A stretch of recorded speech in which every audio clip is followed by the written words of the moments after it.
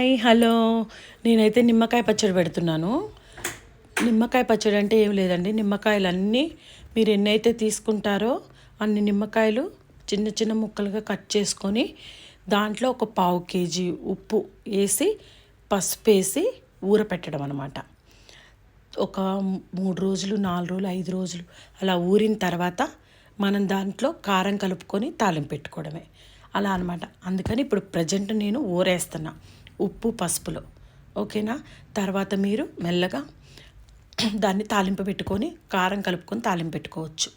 ఇప్పుడు కూడా కలిపి పెట్టేయచ్చు. కాకపోతే ఉప్పు పసుపులో నిమ్మకాయ అనేది ఊరితే ముక్క బాగుంటుంది అనమాట. అందుకోసమని నేను ఉప్పు పసుపు వేసి నిమ్మకాయల్ని ఊర పెడుతున్నాను. ఎవరికైనా నాన్ వెజ్లు కానీ వెజ్ పచ్చళ్ళు కానీ ఆర్డర్ కావాలి అని అంటే నాకు మెసేజ్ చేయండి, తప్పకుండా చేసి పంపిస్తాను. ఒకే డేలో నేను రెడీ చేసి ఇస్తాను అనమాట పికిల్స్ అనేది.